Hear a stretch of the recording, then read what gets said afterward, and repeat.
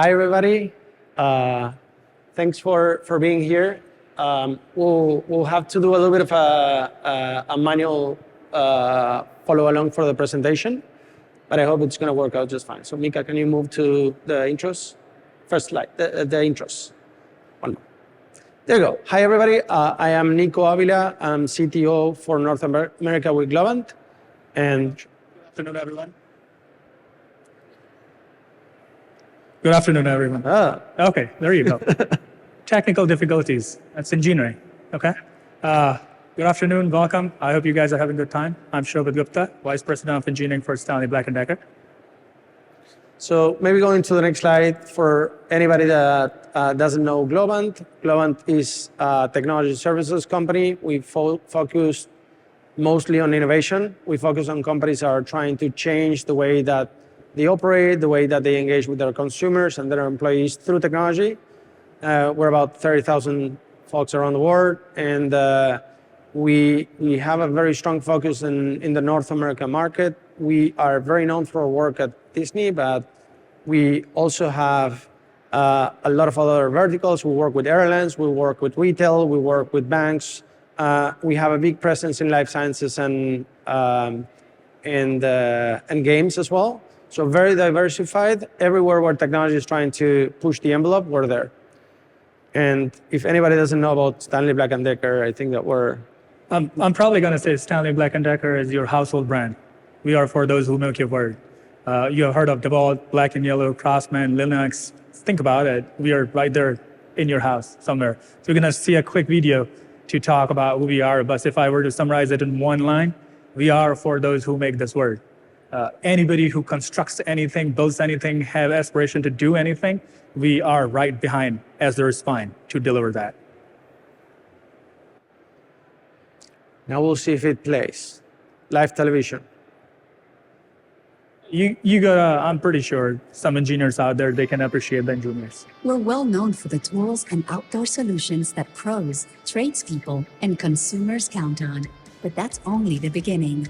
We're also unrivaled in engineered fastening systems and a global leader in industrial solutions. We support infrastructure that reinforces the roads you drive on, the bridges you cross, and the energy installations that power our lives. And what we really build is trust. The trust of our customers, our employees, our communities, and our stakeholders. No matter how much things change, our commitment to building a better world remains steadfast. At Stanley Black & Decker, we have amazing people, amazing brands, and an amazing innovation machine. And we are for those who make the world. Our focus is sharpened on truly delivering this purpose by bringing us closer to those who build, grow, and connect our world.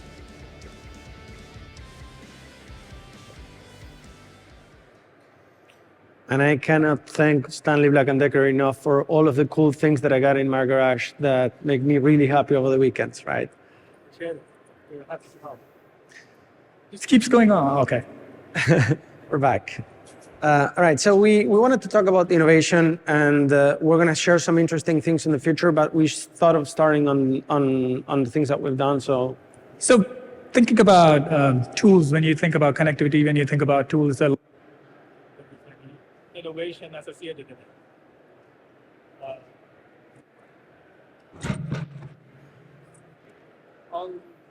Can you?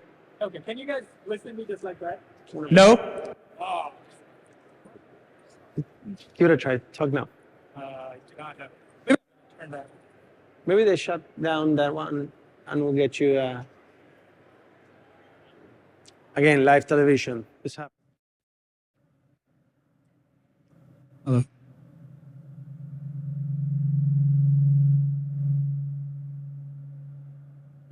I hope this is better. Can you guys hear me now? Okay, awesome. Thank you. I appreciate the patience from everybody. So when you think about your household tools, many people think that innovation from the physical world to the virtual world is just by the mechanics or the efficiency or the electric or the motors of it. But a lot has been going on behind the scenes that probably will not get noticed at first chance to a lot of our consumers. And when we talk about those, our focus as a Stanley Black & Decker is on specifically three things. that whomsoever uses our tool, they are more safer, they are more productive, and they're secure in the environment. And when you think about those challenges, when you think about those applications, asset tracking, asset management, asking a very simple question, where is my drill? Where is my device? It's a very simple question which requires a lot of energy on a job site which is 5 acres or probably 7 stories and having work on 20 different places in this story. Where is my battery? Where did I leave it yesterday when I checked out? Those are very simple questions which many times our users lose a lot of time in finding it. So making sure that our innovation is making and more productive out of their lives. Fleet management, our channel partners, when you're thinking about at NRF, think about Home Depot, Lowe's, any channel partner, Ace Hardwares, and all of those. How do they manage more effectively, more efficiently the things that they have? They sell our tools. They are our face for everything that we do. How do they manage their inventory much better for the things that they sell? We have been pushing that envelope forward using the data and AI, leveraging it, making our things much better, secure, and more innovative.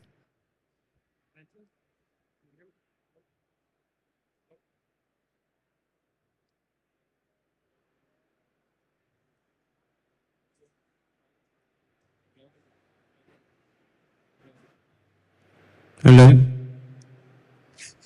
This is going to give me some memories. So, and I think any of these cases would have been great to share.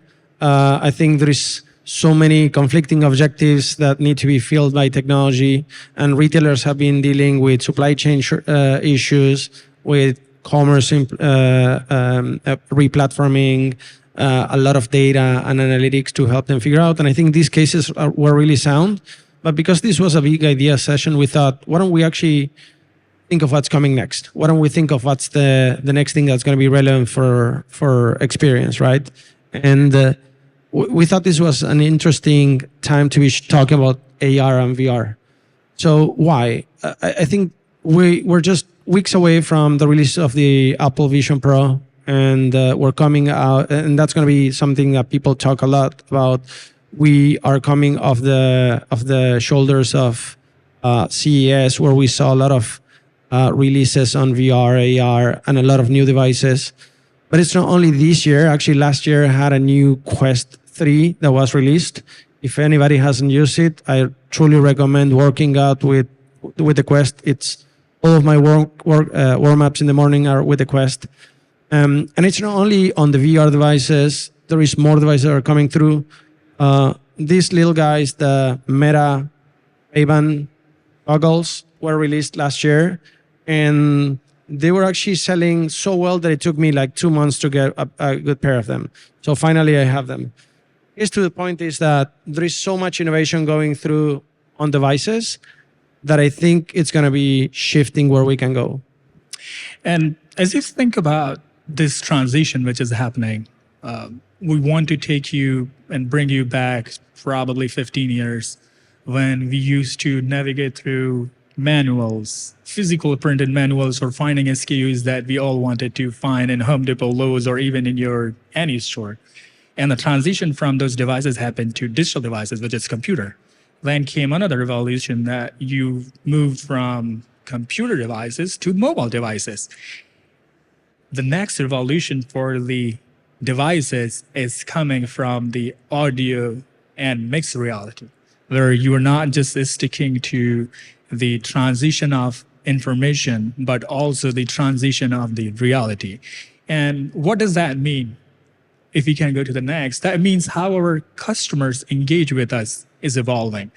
The last time when the users had the difference of change from physical to digital, their experience and expectations of what values can be delivered changed. It evolved. Their expectations of how they search for a SKU was not going alphabetically. They started searching into a search bar, which we all know led to different searching algorithms and the whole Google that we know today. So the point being, as the devices evolve, they naturally drive the experience of our end consumers into different direction and the realm. And the opportunity to change the experience is real. Actually, I think there is a contrarian case of what's going on. For the last 15 years, we've been going on and on with our phones around. And I think that, as Shavit said, the first experiences that we had with the phone were somewhat limited. Probably the first year, the Whiplash was probably one of the most downloaded apps from the App Store. But you wouldn't expect to have the experiences that you can see today, from curbside pickup to really not only interacting with news by following a link or actually exploring content in different ways, but actually changing the form factor and the length of the content that we're sharing. So that's a point to say that the way that the mobile phone changed the experience, we can expect it to happen. Actually, when you think about it, we first started to having these watches to have our heartbeat and to know our hours of sleep, and our rings can do that. These little guys can connect to the internet. They're actually your phone. You can make calls with them. You can hear music on Spotify. They will connect to your Bluetooth devices. So you can very much work without a phone. And yeah, probably I'm not going to be taking photos like that. It's somewhat a gimmick, but I can go around and say, "Hey, Meta, take a photo."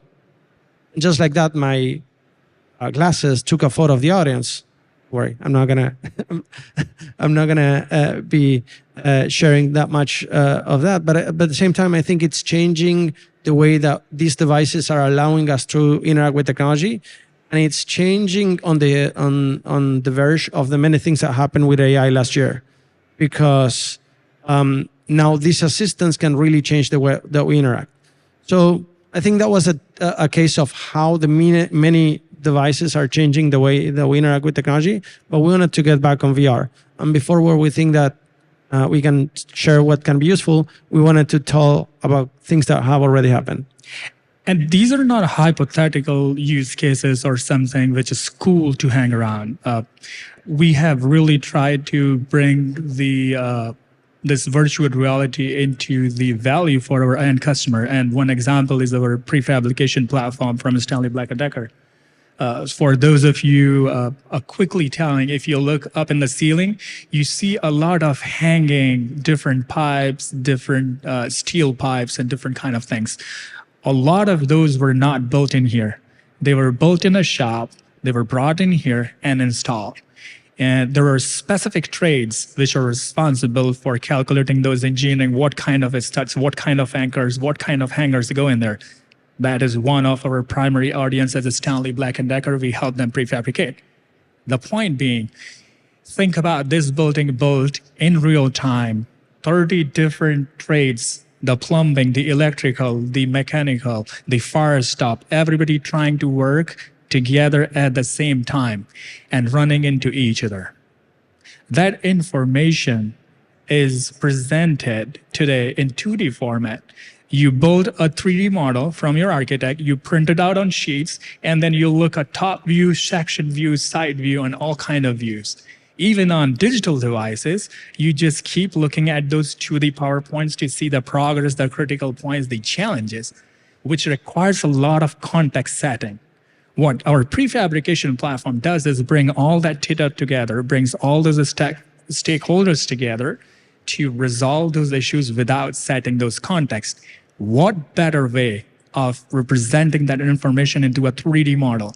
Think about this whole architectural building as being built upon the areas where there are conflicts coming in red, the areas which are running on a schedule in green, and the areas which do not have clarity in yellow.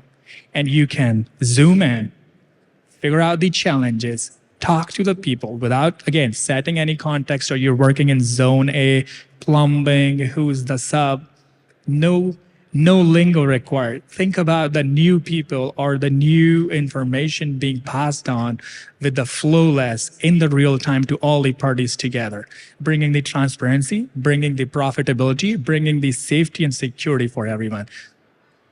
And I really love the concept of making things simple, especially in those projects. If it's hard for me on the weekends to figure out how to make one of my projects, I can't really figure out one of those big projects. And it's really a good concept of games, right? We've been building AAA games for many of the main studios for many years. And I remember a talk in the game development conference, I think it was 2016, where NASA came in and they gave a talk called We Are the Space Invaders. I don't want to spoil it for you, but they're actually saying we spend 36 million training each pilot just to fly a plane, and every kid's learning how to pilot a whole space fleet a week in their basement. So there is so much that you can learn about using gamified experiences to have people engage with learning in a different way. And we've been doing a lot, and I think just one case where we've used like technology in different industries was when COVID hit. Nissan was launching the Ariya, the car, and there was no way to get everybody in a room to show the car. So we created a virtual showroom together with them for them to be able to share that in the launch. That's just one case that I think it's interesting for retail. It's appealing, and it's actually similar to something that we've seen, because everybody's been able to test if a shelf is going to fit in their living room and what else. So this is very natural. There are cases like that are important, but there are also very interesting cases that can be expanded from that. So we thought of going a little bit further. And we don't want you to get caught up into any of these specific examples. As we will zoom out a little bit, are there themes that at Stanley Black & Decker we have identified for the use cases for specifically productivity or impacting our end customer? And these are three themes which came out really, really early to us. Training for our users and consumers to use our tools more effectively, so that they are safe. If you're thinking about, I'll give you an example of an angle grinder. It's a very simple tool. Many people will say, but the pros who use it know exactly what you're talking about. And we're going to see some applications to it. Changing a disc or a blade on an angle grinder could be an art in itself. And the direct safety of that tool depends on how it is operated. And while Stanley Black & Decker and we hold ourselves as DeWalt in the highest esteem and knowing guaranteed tough and trying to provide as much information and education to our users, many times we all know that information remains printed into a physical format of manuals. The whole world has moved on to digital, while our most critical important pieces of training, safety, and others remain in physical. And how do we transition that journey to next level to make things more secure, which is, again, going to drive that training directly associated through data and AI association, personalized versions of safety and security. How do you use certain tools on the job site? How do you make it more effective? And if you use a tool properly, your repairs and breakdown of those tools remain very, very less. So it's a circle which starts from productivity and brings you safety back to profitability. And we have seen this very common link of these applications coming through. Yeah, and I think these cases are very interesting. They apply to Stanley Black & Decker, but safety, security, training, repairs, it could be very much interesting for any of your channel partners as well. So we wanted to bring this to life in the context of NRF, how this technology can be really helpful. So we decided to make a POC. And before this, it's too late, Mika, if you can shut off the audio, because we're going to voice it over and this might be competing with my audio. So one thing that we worked with was Magic Leap. And can you pause for a second, Mika? Just one context for anybody that doesn't know about Magic Leap. They were doing demos all the expo in our booth. If you want to come in and see a demo, definitely recommend. They're not like a Quest. A Quest is a VR experience. Magic Leap is more like a mixed reality, and it lets you do fully 3D mixed reality, and it allows you to mix things that you have in your physical world with virtual devices. So you're gonna see something it resembles AR, but this is actually 3D. You can use goggles. And if you can play now, Mika. What you're gonna be seeing is a case where our developer is actually looking at a list of products at the top. So you can basically have a list of products that you're seeing, And in that list of products, you might be able to pull one of those products down, and you're going to see how he, on the one hand, is interacting with a physical drill, and on the other hand, he's actually interacting with a virtual tool. And this allows you, because you have the tool in front of you, to not only play with accessories that you have in the physical world, but even maybe filter the accessories that are applicable to this device, and for you to experience with them and see how they work together. At the same time, I'm not sure if you've worked with an angle grinder. It can be a scary tool, and you really need to know how to do it. So what you're seeing is a little bit of an unboxing reimagined. He, in this case, has a virtual tool, but he could very much have a physical tool on his hand. And what he's doing is he's interacting with the things that you would play with after you've gotten the tool. On the one hand, he's got the virtual PDF to watch of the instructions, and he's watching a tutorial at the same time in media content and in a video where they're explaining how to change the disk. And it's important that you do it well for safety reasons. And in this particular case, he's not only being able to interface with a digital twin of the tool, but also overlay both the print and the video content that helps him learn how to use it. And this is a little bit of a rethinking of the post-purchase experience. This is the training portion of that, but it's not limited to that. We chose to use Magic Leap because they have some platforms that allow you to do this POC fairly quickly. And you can not only use it to experience something, but also you can collaborate. So basically, you could have several people watching the same digital twins or VR objects and sharing a collaboration session, not only for people that are present, but actually for people that are remote. So if you're troubleshooting something on your device, you could very much have someone that's around the world connect to your use case, see what you're seeing, help you figure out the content, annotate things as you're working out, and help you troubleshoot an environment.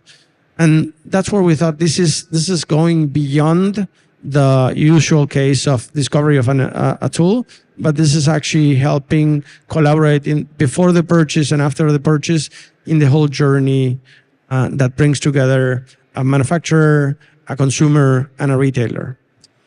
I think one thing to notice in this video, if you guys have all observed, is the experience of the user. And what does that mean? It's the journey that has evolved. If you're talking about doing a digital experience, you are most probably talking about either seeing a video or seeing a PDF open or seeing an Amazon open or having a tool. It does not necessarily in digital world today replicate the journey of our user experience from end to end. It is broken into smaller parts. Yes, our customers go through that today, but as the technology and the devices are pushing through the next level, that's gonna pivot. And that's the opportunity that we're gonna talk a little bit about as our learnings. But before we definitely wanted to give a shout out, I don't want to skip that slide that we had the previous one. Yeah, just one quick comment. It was shout out to Magic Leap for their platform. I think it was super interesting. It was really useful to make it happen really quickly, to the point that this morning I asked Matti, that's Matti, our head of games, and I asked him to get a new demo. He couldn't get me on time, so he shared a photo of him holding the batteries. I wanted more batteries in there. But the bottom line is that Magic Leap was really helpful. They've been really helpful in bringing this together, the same way that AWS was really useful helping us scale up the previous innovation. Magic Leap was really helpful on this one. I think as we go into our learnings part, one thing which is probably very known to everyone, but I just want to reiterate, is choosing the right partners is probably the most important thing. Right tools we all understand are important when you are going on a job, but knowing and choosing right partners can improvise the utilization of those tools exponentially. In our case, Magic Leap, Woon Wang, AWS being another, they have been extremely helpful for us to go through and cut through different technology processes. And you have a partner who is pushing through your problems Our problem is providing value to our end customer, not necessarily solving for a bigger software ecosystem. While we have got partners who can zoom out that application or use case and bring broader solutions to us to push through the technology so that in the end our customers are more meaningful. But going into learnings, I'm going to steal a line from Jack Reacher. In investigation, details matter. I'm gonna fit that into engineering. In execution, details matter. What does that mean? It's important to us because most of our engineering firms will know who do manufacturing. 3D models are not new.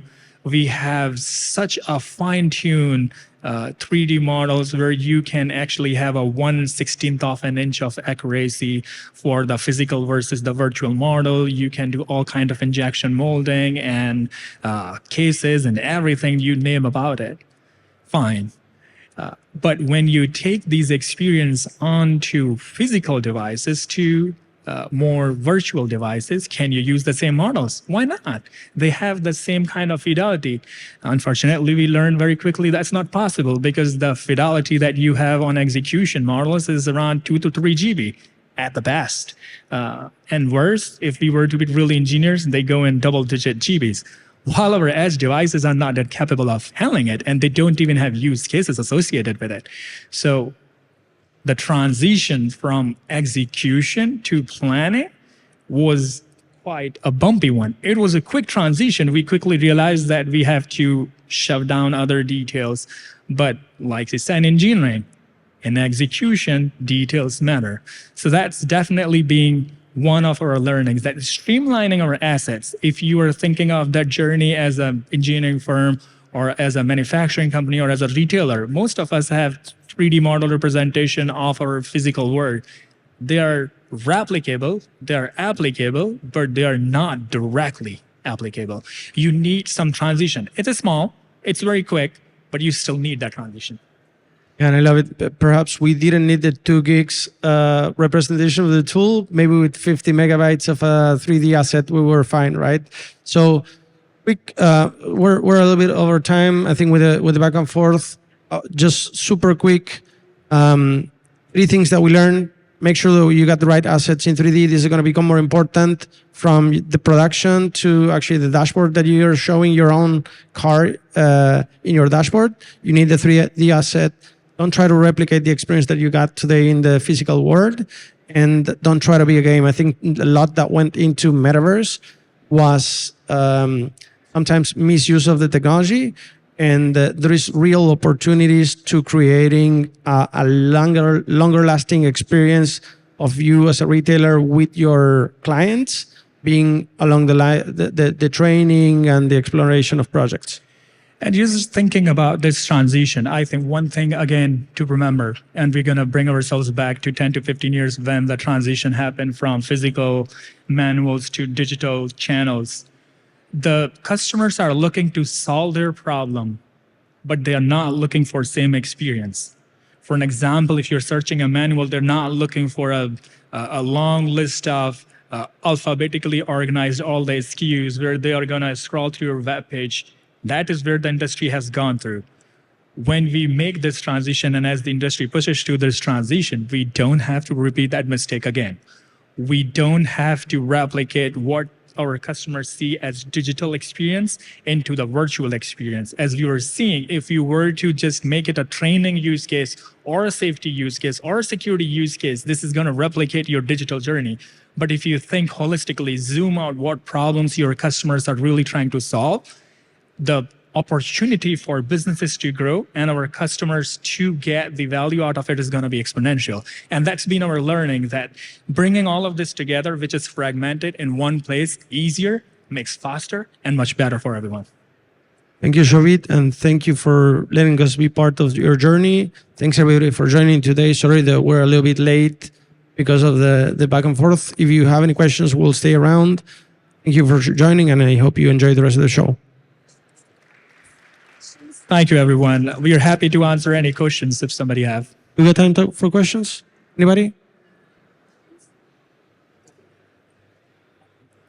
I think more time. We're good. Thank you very much for joining. Hope you guys have a wonderful day. Thank you.